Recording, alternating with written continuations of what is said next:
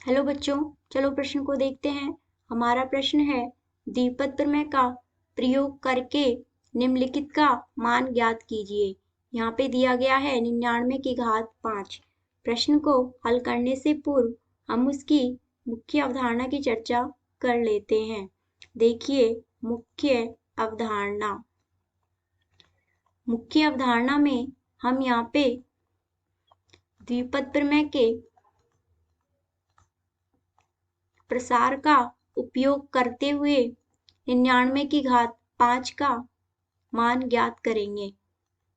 द्विपद प्रमेय से हम जानते हैं कि x प्लस a की घात n बराबर में होता है nc0 x की घात n a की घात 0 प्लस इसी तरीके से nc1 x की घात n माइनस में 1 a की घात 1 प्लस इसी तरीके से यहाँ पे होता है nc2 x की घात n माइनस में 2 a की घात 2 प्लस इसी तरीके से आगे लिखा जा सकता है यहाँ पे NCN x की घात 0 और यहाँ पे लिख सकते हैं हम a की घात n।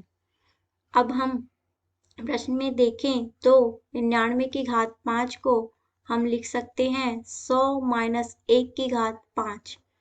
और अब हम इसको हमारे द्विपद प्रमेय से तुलना करें तो देखा जा सकता है हम इसको इसी प्रकार आगे लिख सकते हैं कि 100 माइनस में 1 की घात 5 बराबर में 5c0 100 की घात 5 और यहाँ पे लिख सकते हैं माइनस 1 की घात में 0 प्लस इसी तरीके से आगे लिख सकते हैं 5c1 100 की घात में यहाँ पे लिख सकते हैं हम 4 यहाँ लिख सकते हैं माइनस 1 की घात 1 प्लस इसी तरीके आगे लिखा जा सकता है 5c2 यहाँ पे लिख सकते हैं हम 100 की घात में 3 और यहाँ लिख सकते हैं माइनस 1 की घात 2 प्लस इसी तरीके से आगे लिखा जा सकता है 5c3 100 की घात 2 और यहाँ लिख सकते हैं माइनस 1 की घात 3 प्लस इसी तरीके से आगे लिखा जा सकता है 5c4 100 और यहाँ लिख सकते हैं माइनस 1 की घात 4 प्लस इसी तरीके से आगे लिख सकते हैं हम 5c5 यहाँ लिख सकते हैं हम 100 की घात 0 और यहाँ लिख सकते हैं माइनस 1 की घात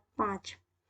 अब हम इसको हल करें तो हम लिख सकते हैं 5 फैक्टोरियल y में 0 फैक्टोरियल गुणा में 5 फैक्टोरियल। इसको हमने NCR सूत्र से लिखा है। NCR बराबर में होता है n फैक्टोरियल y में r फैक्टोरियल गुणा में n माइनस r में फैक्टोरियल। इसी तरीके से आगे लिख सकते हैं हम इसे 100 की घात 5। इसी प्रकार से इसे भी लिखा जा सकता है यहाँ पे माइनस में 5 फैक्टोरियल y में 4 फैक्टोरियल गुणा में 1 फैक्टोरियल और यहाँ पे 100 की घात 4 प्लस इसी तरीके से आगे लिखा जा सकता है 5 फैक्टोरियल y में 2 फैक्टोरियल गुणा में 3 फैक्टोरियल और यहाँ लिख सकते हैं हम 100 की घात 3 प्लस इसी तरीके से आगे लिखा जा सकता है माइनस में 5 फैक्टोरियल y में 2 फैक्टोरियल गुणा में 3 फैक्टोरियल और यहाँ लिख सकते हैं हम 100 की घात 2 प्लस इसी तरीके से आगे लिखा जा सकता है 5 फैक्टोरियल y में 4 फैक्टोरियल गुणा में 1 फैक्टोरियल और यहाँ लिख सकते हैं हम 100 प्लस इसी तरीके से आगे लिख सकते हैं हम 5 फैक्टोरियल y में 0 फैक्टोरियल गुणा में 5 फैक्टोरियल और यहाँ आ जाएगा हमारा 1। इसी तरीके से आगे हल करें तो हम देख सकते हैं यहाँ पे 5 फैक्टोरियल को हम 5 फैक्टोरियल से काट सकते हैं और इसी प्रकार 5 फैक्टोरियल को अगर हम खोल के लिखें तो 5 गुणा में 4 फैक्टोरियल लिखेंगे और 4 फैक्टोरियल को हम 4 फैक्टोरियल से काटेंगे तो हमारे ऊपर बचेगा 5। इसी तरीके से हम आगे भी हल कर सकते हैं। तो हल करने पे अब इसे लिखा जा सकता है यहाँ पे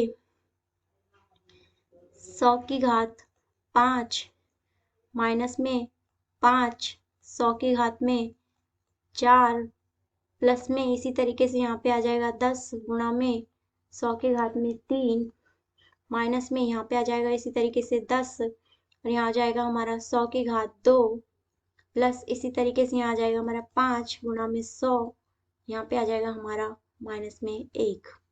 इसी तरीके से आगे लिख सकते हैं हम यहाँ पे 100 की घात 5 का मान होगा यहाँ पे 100 100 100 100 100। इसी तरीके से इसे भी लिखा जा सकता है। यहाँ पे 100 को 4 बार गुणा करेंगे तो हम लिख सकते हैं इस तरीके से। इसी तरीके से यहाँ पे भी लिख सकते हैं हम। 100 को 3 बार गुणा करें तो तरीके से लिखा जा सकता है। और यहाँ पे भी हम लिख सकते हैं इस तरीके से। 100 को 2 बार गुणा करा जाए तो। अब इसी प्रकार यहाँ पे भी लिखा जा सकता है 5 गुणा 100 500 माइनस में 1। इस प्रकार से आगे हल करा जाए तो हम इसे लिख सकते हैं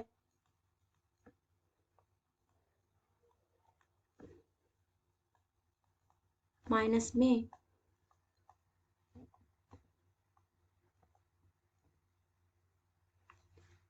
अतः इस तरीके से इसका उत्तर निकल के आता है 9 5 0 9 9 0 0 4 9 9। अतः हमारे प्रश्न का सही उत्तर होगा 9 5 0 9 9 0 0 4 9 9। आशा करते हैं आपको समझ में आया होगा। धन्यवाद।